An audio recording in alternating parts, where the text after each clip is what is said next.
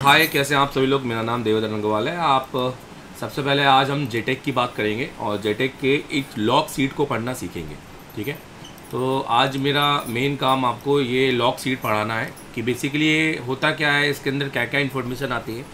अगर हम इसको पार्ट टू पार्ट समझें तो हम इसको बहुत क्लियर तरीके से समझ सकते हैं। बाकी अगर आपको पूरा वीडियो चाहिए, वीडियो कोर्सेज चाहिए, जेटेक को समझना है, अपने दुकान पर बैठ के काम करना है, तो आप गूगल जाओ। गूगल में जाके आप एसर टेलीकॉम लिखो सही स्पेलिंग के साथ, .in करके गूगल में टाइप कर दो। गूगल में एड्रेस पर नहीं, तो आपको ये वेबसाइट मिल जाएगी। ठीक है, और अगर नहीं आ रहा है तो आप सिर्फ एसर टेलीकॉम लिखो और एंटर कर दो, तो आपको ये वेबसाइट मिल जाएगी। थोड़ा नीचे करोगे भी तो आपको आ जाएगी सर्चिंग पे। तो ये वेबसाइट में क्लिक करोगे ना, तो आपको हमारी बहुत सारी डिटेलिंग मिल जाएगी। आप हमारे कोर्स के बारे में हम क्या पढ़ाते हैं, यहाँ पर हमारा काम देख सकते हो। यहाँ पे हमारी क्लासेस लाइव देख सकते हो। यहाँ पर हमारे नंबर दिए, हम इनसे बात कर सकते हो एमडी सर से। और ये हमारे कोर्सेस है ऑनलाइन। ये सर हमारे सब स्टूडेंट हैं, ये दिल्ली से पढ़ कर आया मनोज है। तो आप हमने सीपीयू मास्टर बनाया है इनको कुछ नहीं आता है, आईसी रिबोल करने नहीं आते, पर अब ये सीपीयू मास्टर है, सीपीयू पर काम कर रहे हैं और जाके जितना भी हमने जो पढ़ाया है उस पर काम कर रहे हैं। और ये ऑनलाइन क्लासेस भी लेके गए हैं हमसे। अगला जो महीना मैं पढ़ाऊँगा वो भी ये अपने शॉप पे जाके बैठेंगे। और ये हमारा एप्लीकेशन है, ये एप्लीकेशन का फ़ायदा उठाइए, इसको इंस्टॉल कीजिए और इसको इंस्टॉल करके आपको उसको डाउनलोड कीजिए और उसको परचेस कीजिए। ठीक है, बाकी कुछ भी आपको पूछना है तो आप इस नंबर पे इंक्वायरी पे ज़रूर पूछिए, फ्री हैसल होकर। तो चलिए अब बात करते हैं इजी जेटेक की। तो देखो, जेटेक एक लोगों अभी के जो टीचर्स हैं उनने उसको बहुत हुआ बना के रखा है, और जो छोटी छोटी चीज़ें हैं उनको भी वो बहुत डिफ़िकल्ट तरीके से समझाते हैं। तो वो एक हुआ ही लगता है, ऐसा लगता है कि भाई ये बस कुछ चंद लोगों का ही काम है। पर मैं आपको बता दूं कि अगर आप सही तरीके से देखेंगे तो जेटेक बहुत इजी है, बट आपको थोड़ा सॉफ्टवेयर का नॉलेज होना बहुत ज़रूरी है। आपको फ्लैश फाइल सॉफ्टवेयर, आपको अगर इसका नॉलेज नहीं होगा तो शुरुआत में आपको टाइम लगेगा। ठीक है, तो सबसे पहले आइए, हमने जेटेक ओपन किया है, हमने एक लाइव आईसी डाली है इसके अंदर, और लाइव आईसी का हम इसका लॉग रिपोर्ट पढ़ेंगे। अभी जेटेक में मैंने जो वर्ज़न खोला है वो आप वर्ज़न यहाँ पे देख सकते हैं। ये वर्ज़न 2 है, 2.2, तो इसको वर्ज़न 2 बोलते हैं। ये जेटेक प्लस 2 बोलते हैं इसको। हम यहाँ से इसका ओल्ड वर्ज़न में भी जा सकते हैं। तो यहाँ पर अब इसकी पूरी तरीके से जो जानकारी हमें मिल रही है, तो यहाँ पर हमें इसकी पूरी तरीके से जो जानकारी मिल रही है, आइए इसकी बात करते हैं। देखिए, आपने बहुत अलग अलग यूट्यूब में देखा होगा कि दोस्तों अभी आप ये ऐसा कर देना, इसको कम कर देना, इसको ज़्यादा कर देना, तो वो कंफ्यूज हो जाते हैं कि ऐसा क्यों करना है, कब करना है। जबकि वो खुद जब आईसी को डिलीट करते हैं तो कुछ नहीं करते, सिर्फ कनेक्ट पे क्लिक करते हैं। तो पहली बात मैं आपको बताऊँगा, आपको कुछ भी नहीं करना है, सिर्फ कनेक्ट पे टिक करना है। और एक ये है स्कैन आफ्टर कनेक्ट, इसको टिक रखना है। अगर आप इसको टिक नहीं भी रखते तो बस ये होगा कि आपका सिर्फ रोम 1 रोम 2 और आरपीएमपी तक की इन्फॉर्मेशन आपको मिलेगी, और आईसी तक की आपको आपका क्या पार्टीशन है उसकी इन्फॉर्मेशन नहीं मिलेगी। जैसे मैं आपको दिखाता हूँ, जैसे देखिए मैंने इसको कनेक्ट किया है, ये देखिए। अब सबसे पहले सक्सेसफुली मतलब यहाँ तक ख़त्म हो गया। जब ये आ जाए तो समझो ये डन हो चुका है। अब सबसे पहले तो आप पहले ये दिमाग में रख लो कि इतनी इन्फॉर्मेशन तो खुद जेटेक की पहले से ही थी, तो ये इन्फॉर्मेशन को हम इग्नोर करेंगे। और अब यहाँ पर देखो, जो ब्लैंक था यहाँ पर भी इन्फॉर्मेशन आ गया है। और अगर आपको ये नहीं दिखाई दे रहा है, ठीक है, तो आप यहाँ पर पैनल होता है एक, उसको क्लिक कर सकते हैं। यह पैनल दिखाई दे रहा है यहाँ पर, आप इसको क्लिक कीजिए तो यहाँ पर भी आपको इन्फॉर्मेशन दिखाई देगी। ठीक है, और आपको नीचे भी इन्फॉर्मेशन दिखाई देगी। तो अभी हमने स्कैन आफ्टर कनेक्ट को क्लिक ही नहीं किया। तो कहने का मतलब ये है कि हम ऑटो, क्लॉक्स, वोल्टेज या सॉकेट हम कभी नहीं सिलेक्ट करते जब तक कि हमारी आईसी डिटेक्ट नहीं हो रही है। अगर आईसी, क्योंकि ये तो सिलेक्ट करना नहीं है, क्योंकि आप जब यूएफएस कनेक्ट करोगे तो ऑटोमेटिकली यूएफएस का सॉकेट ले लेगा। तो हमने एमएमसी कनेक्ट किया तो एमएमसी का सॉकेट लिया, आईएसपी है तो आईएसपी आपको करना है, नहीं आया तो कर लेना मैनुअल। अब अगर आपका कनेक्ट नहीं हो रहा तो आप वोल्टेज को कम कर देना, नहीं तो क्लॉक को कम करते जाना और फिर कनेक्ट करते जाना। और अगर उसके बाद भी नहीं हो रहा तो आप अपने जो डाटा बिट होता है, जो डाटा 0 से डाटा 7 तक कनेक्ट करता है, उसमें डाटा बिट 1 पे क्लिक कर देना। तो अभी आप अगर मैं इसको 1 पे भी कनेक्ट करूँगा तो ये कनेक्ट हो जाएगा। ये देखिए यहाँ पर। तो ऐसा नहीं है कि इसको हवा नहीं बनाना है बस, है ना, कि अरे सर हमको तो यही नहीं समझ में आ रहा कि क्लॉक कब कम करना है। आपने बता तो दिया कि क्लॉक कब कम करना है, क्लॉक इस रेंज में बताना थोड़ा। यहाँ पर आपको ये नहीं पता है कि क्लॉक कब कम करना है, बट आपको ये कम करना है, ऐसा नहीं होता है यार। तो इसलिए तो स्टूडेंट कंफ्यूज होता है और पढ़ाने पर भी उस समझ में नहीं आता है। अब यहाँ पर आपको देख रहे हैं यहाँ पे कुछ पार्टीशंस मिले हैं, रोम 1, रोम 2 और रोम 3। तो पहले हम इसको समझते हैं और उसके बाद में सारी इन्फॉर्मेशन समझते हैं। तो यहाँ मैं आपको बताना चाहूँगा कि ये देखिए, जब भी हम एमएमसी या जेटेक का काम करते हैं, यूएफएस का काम करते हैं, तो कुछ कारण से करते हैं। जैसे हैंग ऑन लो आ जाना, रीस्टार्ट कर रहा है, तो क्यों कर रहा है? हेल्थ का इशू हो सकता है भाई, उसकी हेल्थ डाउन हो जाती है, इसलिए वो ये करता है। फ्लैश करने पर एरर आता है क्योंकि इसके पार्टीशन में कोई करप्ट हो जाता है। डेड फ़ोन ऑटो पोर्ट बना रहा है, मतलब उसका कॉन्फ़िगरेशन ओके है पर उसके अंदर फर्मवेयर गायब हो चुकी है। और सॉफ्टवेयर करने पर डेड हो जाता है, मतलब उसका कॉन्फ़िगरेशन ही बूट 0 हो जाता है। और एप्लीकेशन में प्रॉब्लम, मतलब उसके यूज़र डाटा में कुछ ना कुछ प्रॉब्लम आ जाती है, जिस वजह से ये फॉल्ट जाता है। ठीक है, अब हमें ये देखना है कि इसके अंदर ये बूट 1, बूट 2 और रोम ये क्या होता है। तो देखो, बूट 1, बूट 2, बूट 3 ये सब आपके यूएफआई में होते थे। यहाँ होते हैं रोम 1।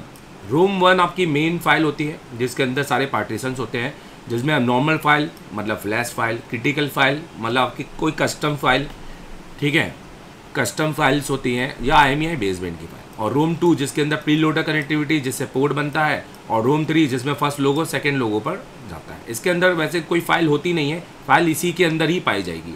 जो भी GPT हेडर होगा वो इसके अंदर होगा, इसके अंदर नहीं होगा।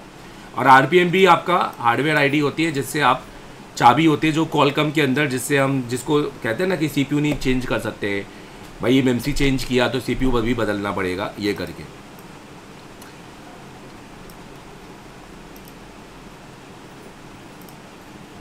तो चलिए हम जेटेक पे वापस आ जाते हैं।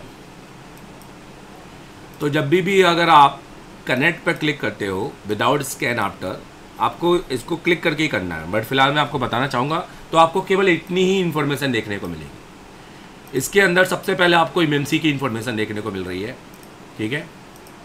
और ये MMC की इन्फॉर्मेशन आपको बता रहा है MMC CID CHD कि भाई उसका यूनिक नंबर होता है, तो वो आपको दिखा दिया। ये आपको दिखा दिया XK हाइनेक्स का आपका IC लगा हुआ है, तो यहाँ देखो ऊपर भी आपको दिखा दिया है, ये सेम है।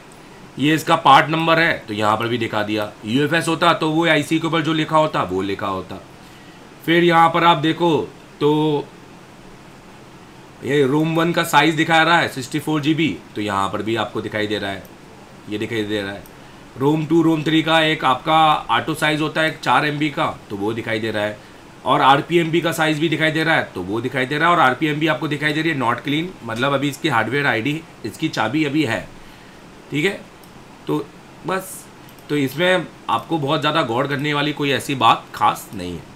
बस ये देखना है कि ये मैन्युफैक्चर आपका 0 नहीं होना चाहिए। ये हो गया तो समझो कि आपकी MMC करप्ट हो चुकी है, डैमेज नहीं। हम इसको रिपेयर कर सकते हैं बहुत ईजी तरीके से। और आपको ये साइज़ मैटर करना है, साइज़ आपके चेंज मिसमैच नहीं होने चाहिए। और आपका ये देखना है, अगर आपका कॉलकम है ना, तो एटलीस्ट नॉट क्लीन हो ही रहना चाहिए। क्लीन रहेगा तो फिर ये एक प्रॉब्लम हो सकती है आपका, कि देखना पड़ेगा CPU कौन सा है और आपका मॉडल कौन सा है, ठीक है। बाकी दोस्तों इसके अलावा और सबसे इम्पोर्टेंट चीज़ देखनी ये है इसका बूट कॉन्फ़िगरेशन। ये देखिए, तो यहाँ पर 0/38 है, तो इसका मतलब ये सेट है।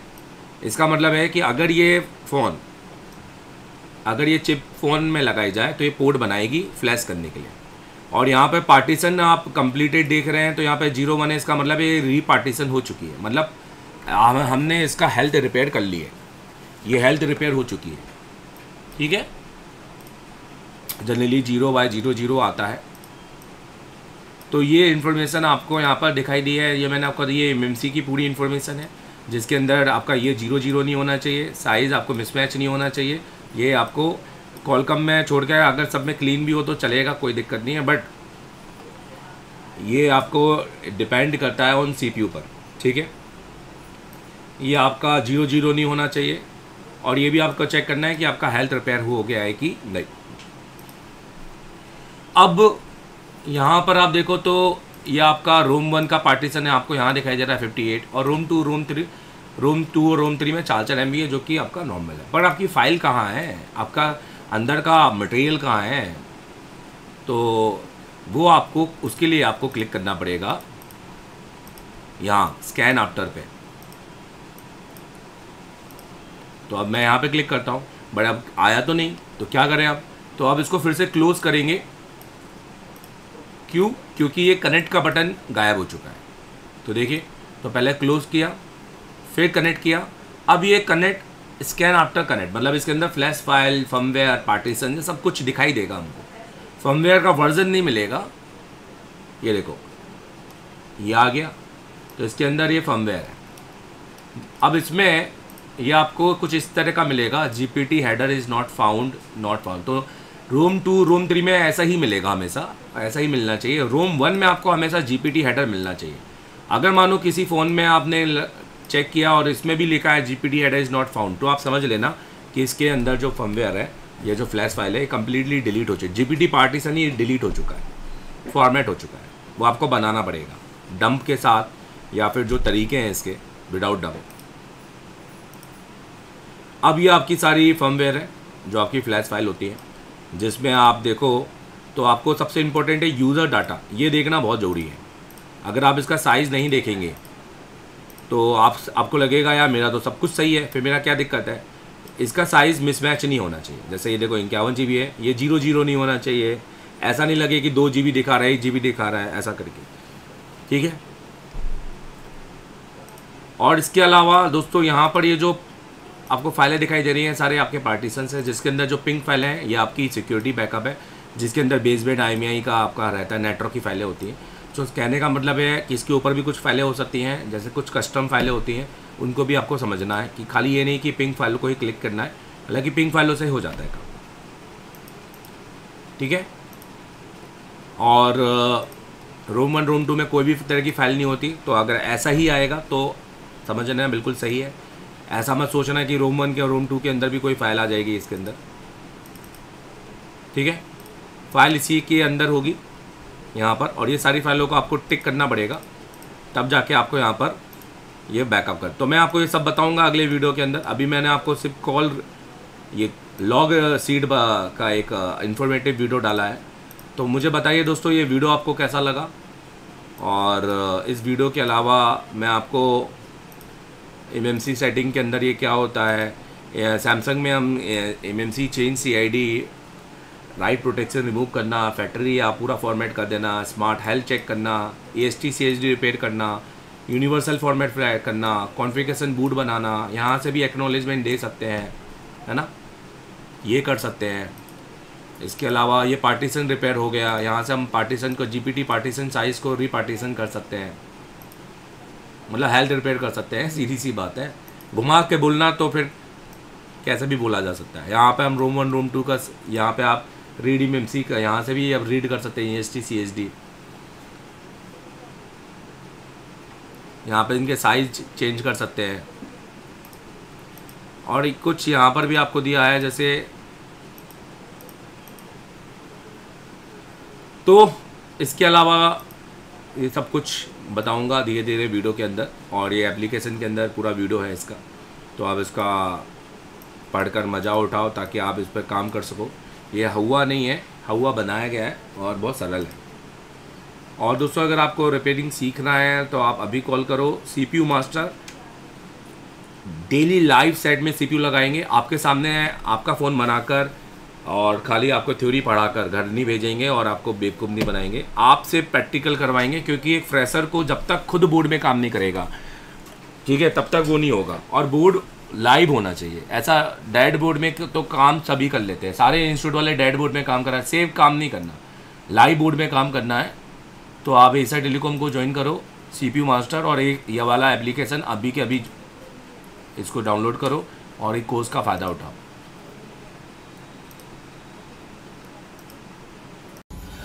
तो इस महीने की 28 तारीख को हमारा नया सीपीयू मास्टर क्लास चालू होने वाला है। अगर आपको हैंड स्किल में दिक्कत आ रही है, अगर अभी भी सीपीयू नहीं लग रहा है या लगाते ही नहीं आता या डर लगता है या माइक्रोस्कोप ही नहीं है, तो एसर टेलीकॉम सबसे बेस्ट इंस्टीट्यूट है, क्योंकि हम पीपीटी में पढ़ाते नहीं है, हम प्रैक्टिकली करवाते हैं। हमारा क्योंकि 10 साल का एक्सपीरियंस इसी बात पर है, और एसर टेलीकॉम में टेक्नीशियन बन के नहीं निकलते हैं, टीचर बन के निकलते हैं, क्योंकि देश को हमने दिए बहुत सारे टीचर। दोस्तों हमारे पास एक ही फीस है, और इसी फीस में आपका रहना खाना सब कुछ फ्री है, लाइव वर्किंग बोर्ड सब कुछ फ्री है, क्योंकि हम डेली प्रैक्टिकल करवाते हैं। और हमारा मानना यही है कि पहले प्रैक्टिकल होना चाहिए, थ्योरी उसके बाद होना चाहिए। अगर आपको एक ऐसे इंस्टीट्यूट में आना है जो आपके लंबे समय तक आपका साथी रहे और बैकअप देता रहे फ्री में, तो आप ज्वाइन करो आज ही।